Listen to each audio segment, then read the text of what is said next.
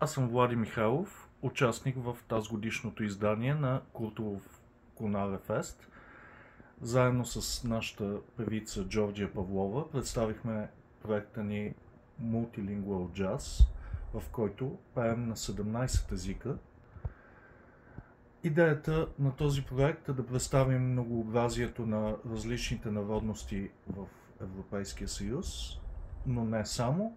Ние пеем и на езици на малцинства, езици, които са извън рамките на Съюза. Като по този начин нашия проект се превръща в един културен мост между различни народности, между различни традиции, между различни култури. За нас беше удоволствие да участваме в тази годишното издание на фестивала и съдействахме за мотото на Европейския съюз „Единни в многообразието“.